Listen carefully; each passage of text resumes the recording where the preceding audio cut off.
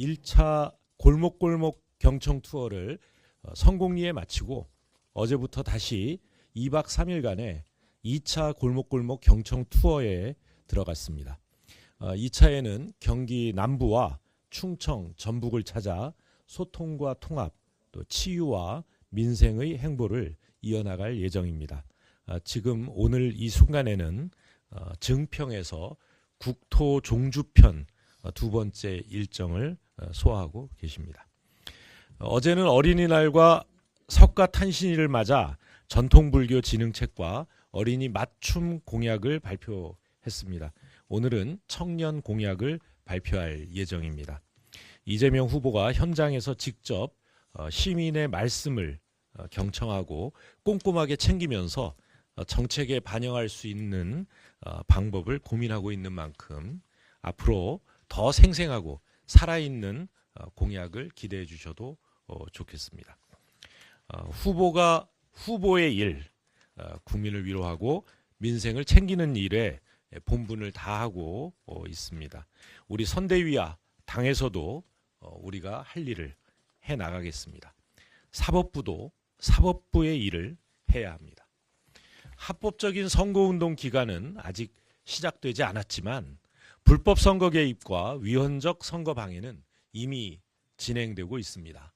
조희대 대법원은 대선 불개입 의사를 명확히 밝히고 공평한 선거운동을 보장해 주기 바랍니다.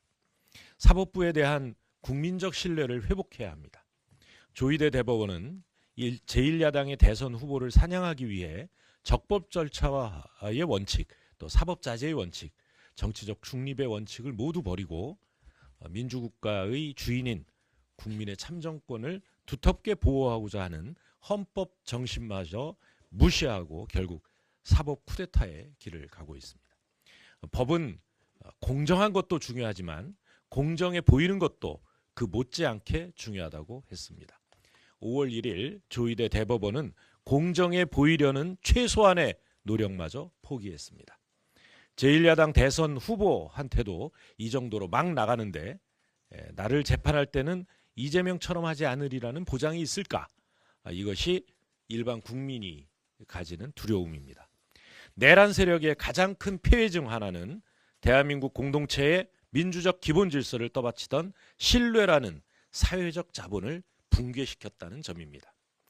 1987년 이후 김영삼 전 대통령이 하나회를 청산하고 우리 국민들은 사실상 이 나라에서 다시 군사 독재가 반복될 일은 없을 것이다. 또 민주화에 대한 최소한의 믿음을 가지고 살아오고 있습니다. 그런데 12월 3일 윤석열 내란 세력의 불법 비상계엄으로 인해 두 세대에 걸쳐 이어온 40년 가까운 이 사회적 신뢰, 믿음이 한순간에 무너졌습니다. 또한 지난 5월 1일 사법 쿠데타로 그래도 법원은 국민의 인권을 지키는 최후의 보루가 될 것이다 라는 믿음마저 깨졌습니다.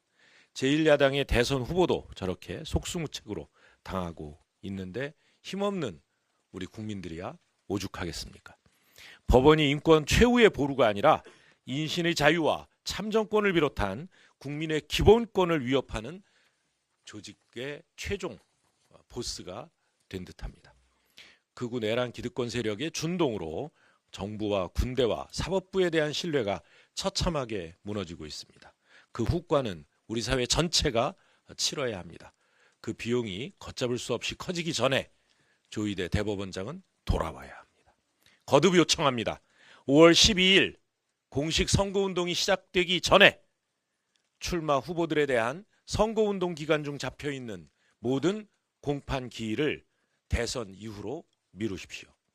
이미 루비콘강을 건넌 극우 내란 쿠데타 세력과 결별하시기 바랍니다. 그것만이 다시 부끄러운 역사의 역사를 후대에 남기지 않는 유일한 길이라고 믿습니다. 이번 대선은 누가 뭐라 해도 온 나라를 극단적 퇴행으로 몰고 간 극우 기득권 내란 세력에 대한 심판이고 민주주의와 민생을 회복하는 선거입니다. 주권자인 국민의 의사가 오롯이 선거에 반영돼야 합니다. 저를 비롯한 우리 더불어민주당 선대위 소속 모든 구성원들은 국민을 고통 속으로 몰아넣는 극우 내란 세력을 끝내기 위해 사즉생의 비상한 각오로 이번 대선에 임할 것입니다. 반드시 승리해서 진짜 대한민국을 만들겠습니다.